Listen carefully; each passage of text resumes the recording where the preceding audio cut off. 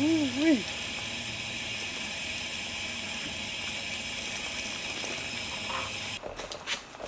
everyone, Will here, Willderjess, Van Build Adventures. Today we're working on some exciting stuff, but first I want to welcome everybody to the channel. If you're new, I'm Will. This is our sweet van we built out last year. If you're not new, thanks for joining us, thanks for coming back, and thanks for checking it out. But again, working on a couple of things today. We're going to be adding some lights in under here, have some good lighting in the garage area. And then we want to add some water supply from the pump back to right here. Gonna be putting in a spigot and a water source to be able to plumb in here and to have water and pressure back here. But what we're also gonna do, still got some figuring out to do whatnot on it, but gonna make on the door here a bracket to essentially house a propane battery operated water heater. This is an inline water heater, and it uses very little resources. It only needs propane and 2 D batteries to run. And shout out to my cousin Jed, thanks for you hooking us up with this thing. We definitely have put it to some use so far, and it's freaking awesome. Like I say, all you gotta do is have some water running into it and a gas line. You can use these 1-pound propane bottles with it too. You just gotta get an adapter I got off Amazon. But again, you can move this thing anywhere, and you can have a hot shower anywhere in the world. And like I say, it's very economic. It uses very little water, and you can adjust the flow and the heat and everything on here. And so this won't consume any of our van's power. It'll be its own unit. And like I say, I'm going to mount it to the door here, make a little bracket that'll let it ride here. And namely because the only drawback to this, as you see on top, which this thing to run off propane, it has a heat exchange and a heat exhaust that comes out of it. Granted, it's not like super hot, but I mean, if it's running and it's been running a minute, you can't touch this. You can't touch this. So if it's in the van and it's somewhere concealed and contained, you got this carbon dioxide gas release coming out as well as the heat. And so you don't want the heat exchange into something else, especially that it's something that's flammable, which mostly stuff is that's in the van. We're going to mount it to the door, so when we'll be able to use it when the door is open. And like I say, you're not really going to be needing hot water, only on certain times, and you're taking a shower and stuff. So we mount it on the door, and then we can plumb in our water straight to it and be able to, have hot water, stand back here and take a dang shower. So super excited about that. So you guys stay tuned. We'll get this thing installed. Alright, we're in our cubby. You can see that we're under the bed, and this is behind the cabinet and all the sink and everything. Our water system. We got a 12-volt pump with a pre-screen strainer that comes into it from the water tank that's right here. So that's the line coming from the back where the on-off switch is, which goes into the pump. Then it goes up into an accumulator. This is a pressurized, essentially ballast tank that regulates the water pressure, keeps it even, and everything flowing smoothly, because these 12-volt pumps are oscillating type pump that they don't have to be primed or self-priming, but it's just a diaphragm in there just going back and forth that generates the suction. So it goes up into the pump or the accumulator, comes out of the accumulator. We got a giant loop here of steel braided white hose that come with our filter. But this is come off Amazon. It's a water drop water filter, inline water filter, which is a canister style that you can replace this canister after, like, I don't know, 12,000 gallons or something, a long time. But it seems to work pretty good. I mean, pretty much whatever water you put in the tank is kind of going to dictate the water, how it tastes.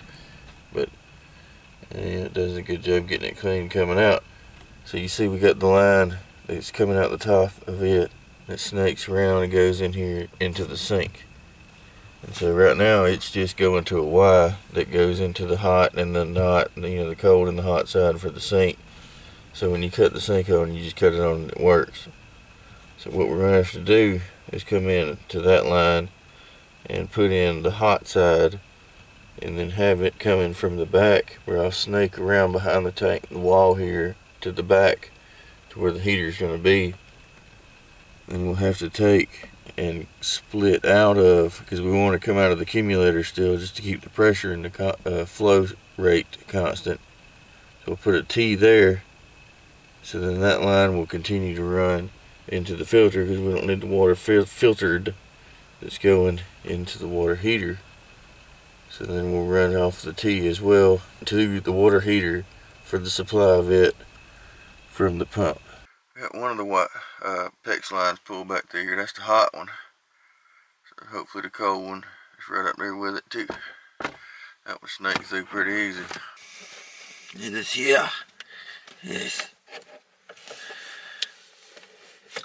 There we go. Alright, we got our line off of here. Now we can mock this up. Alright, now that our flashlight has died, let's see. I'm gonna connect to our blue line. I'll pull it down where we can get to it.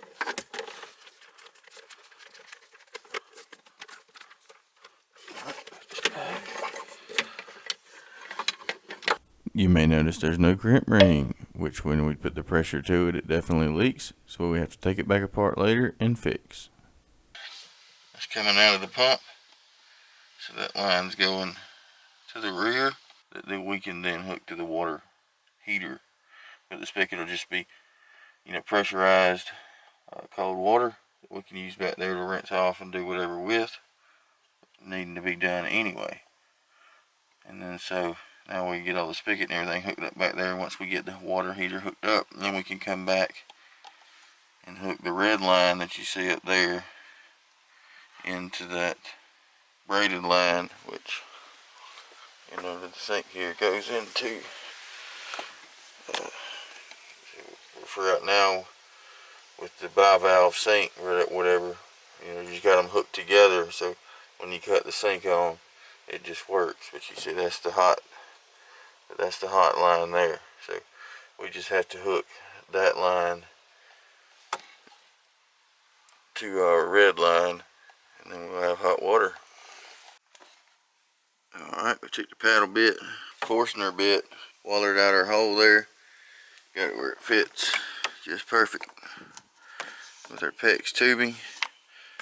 And we got our spigot, in which the 1/2 inch barb threaded male fitting goes in there, and then you can see sticks in here. Now we're going to cut the blue hose where it fits and ends right here at the hole with the barb fitting, where we can screw that on, have those connected, and have pressurized water right here. So we know pretty much this is where our line is, because we got it connected in the van in there. So I'm going to mark it here where I want this thing to end up. Voila.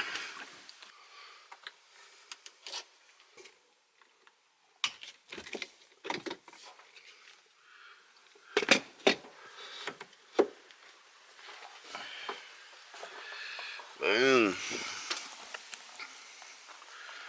Pressurized water right there. Now we just gotta screw that on, put some water in it, and try it out. Alright, so first things first, we're gonna have to get this body panel pulled off, and spoiler alert, Ford didn't hook us up with no speakers under here. I would have swore there was a speaker under here, but I've already pulled it off before, which, stuffing the insulation inside of it. But sucker's hard as crap to get off, so we're going to do some prying to get this thing off. But so we got to get up under it to figure out where our framing is and where exactly we can mount our hot water heater here.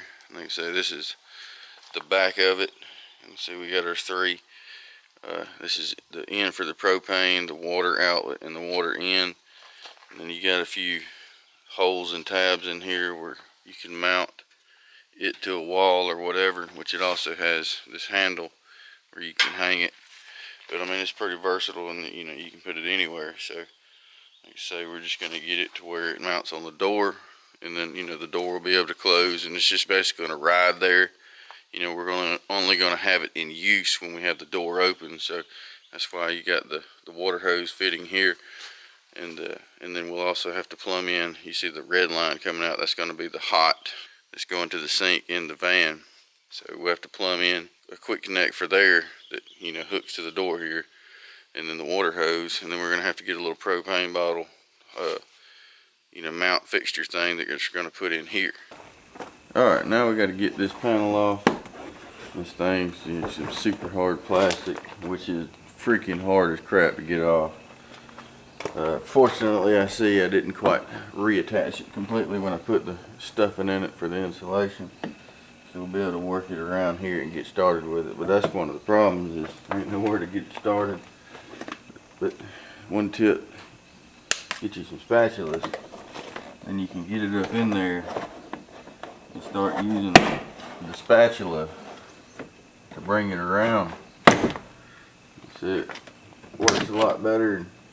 You know, you don't want to mar up your paint with a screwdriver or something metal.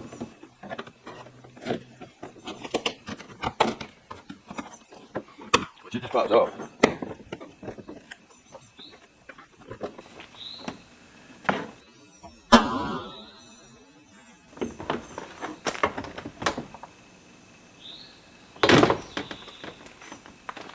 So we can let it do that for now. So the bottom ones slide on. If you see, it's got this thing where it slides on to these bottom pins. So that's why it wasn't held on. You got to start and slide it up onto it. So now I got to figure out where and how I can mount it, because it's got to be able to, you know, fit in the hole here, but the door still has to be able to close and clear. So got some 2x4 blocks here. Just gonna make some spacers for it to sit on, because you got the plumbing and the fittings stuff poking down, just to mock up. Let it sit here.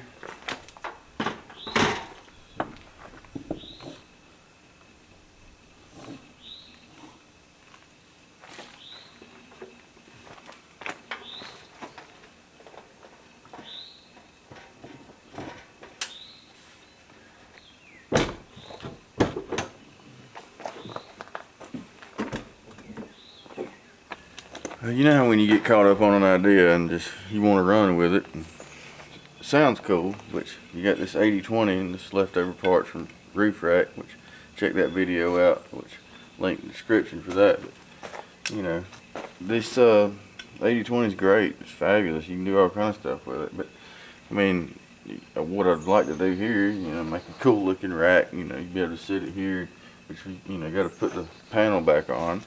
So with this on the outside of the panel, I mean, you have to be able to mount it and fasten it through this into the panel, so kind of making it difficult. And plus you've got this lip, so it's not going to be, you know, straight right here, so you're going to need something at the bottom of it here. So I mean, instead of dang fighting it, let's just go back to wood and paint this black. And plus I can cut it to where it's the same width as the piece already, and so, you know, I just cut it to where it's just enough wide enough for here, and then we can, you know, fasten this with some the rib nuts, you know, through into the sheet metal here, and then be able to tighten this piece to the wall. And then you have, you know, on the back here the slotted bolt spot, so you put, you know, have that in there and slide and mount onto this. So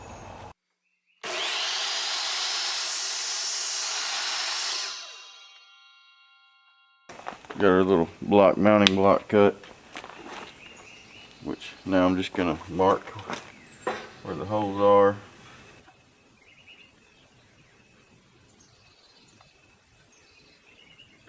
Just trying to mark the center of each slot here where it can put 3 bolts in it, and then this will mount to it where it'll hang.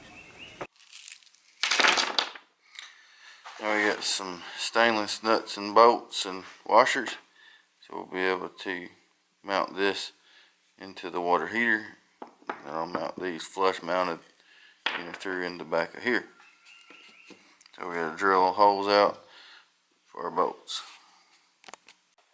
Well, that piece just isn't quite thick enough to recess the washers in the back of it. You're just gonna run out of wood on it, so I'm gonna step it up with this piece. Alright, so we'll take this piece, we're going to transfer over a little bit thicker, give it a little more support. Always good to have a tub of Play-Doh on hand in your shop, because you can take it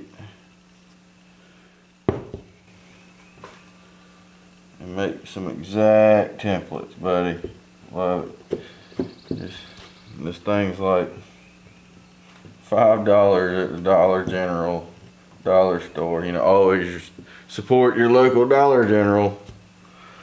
You can't have enough of those. You just smear it on and kind of figure out where you want it with the level. Line it up, press it down. There we go. Yeah, we got some good marks there. So we know exactly where we want to put our bolts. Well, on the door, we got right here already a pretty good hole.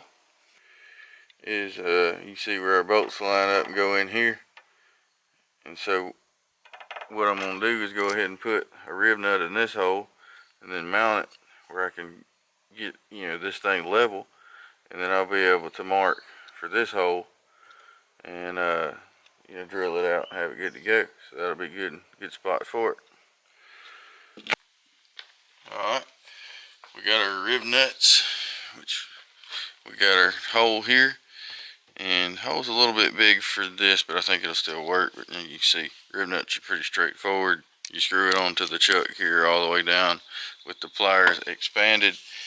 And so they work pretty good. They're not for anything that's super load bearing, but to attach something to the wall like this, it's gonna work just fine. So you stick it in the hole and make sure you're somewhat straight when you start, and go till it's fully squeezed. And the key to the rib nuts working successfully is squeezing it evenly, and so when it squeezes itself, that it pulls the threads. You see how it pulls it forward, it pulls the threads to you straight. And so if it gets it cockeyed or anything off, then it can cause you to cross thread it as you stick your bolt in here. So let's get started.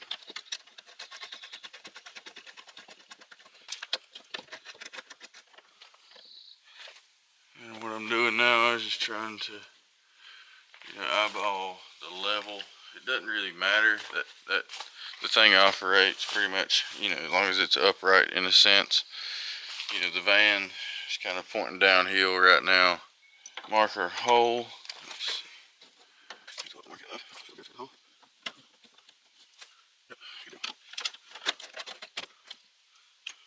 Now all we gotta do is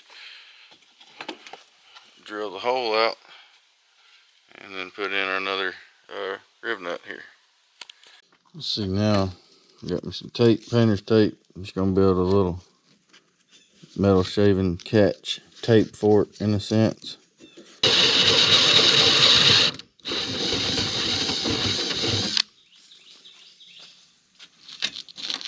There we go. Right.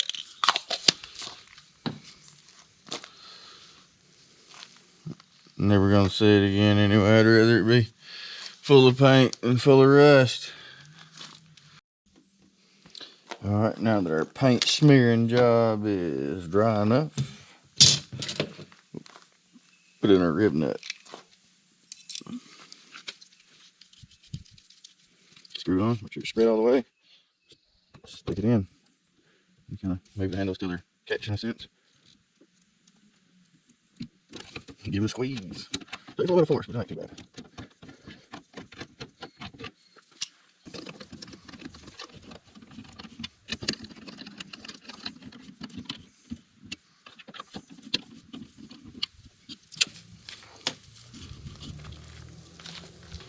Let's see if it'll go on here.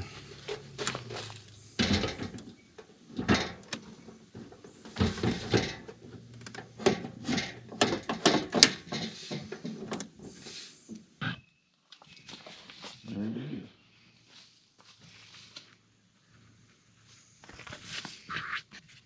See if the door closed.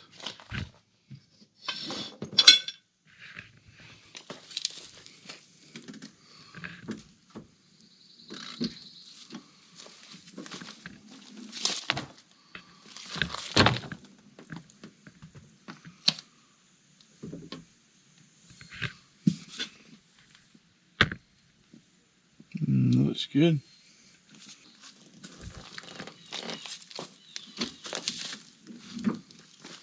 So you gotta have the block at the bottom to keep it essentially level. So once we put our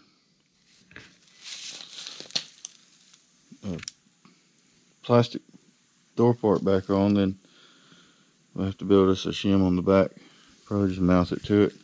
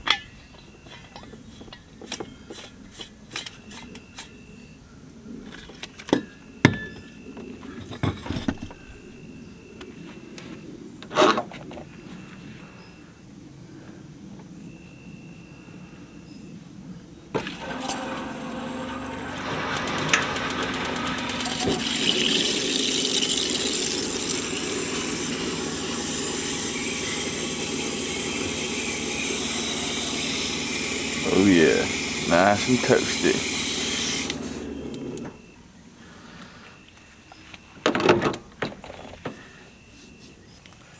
What up, folks? Welcome to the outdoor van shower.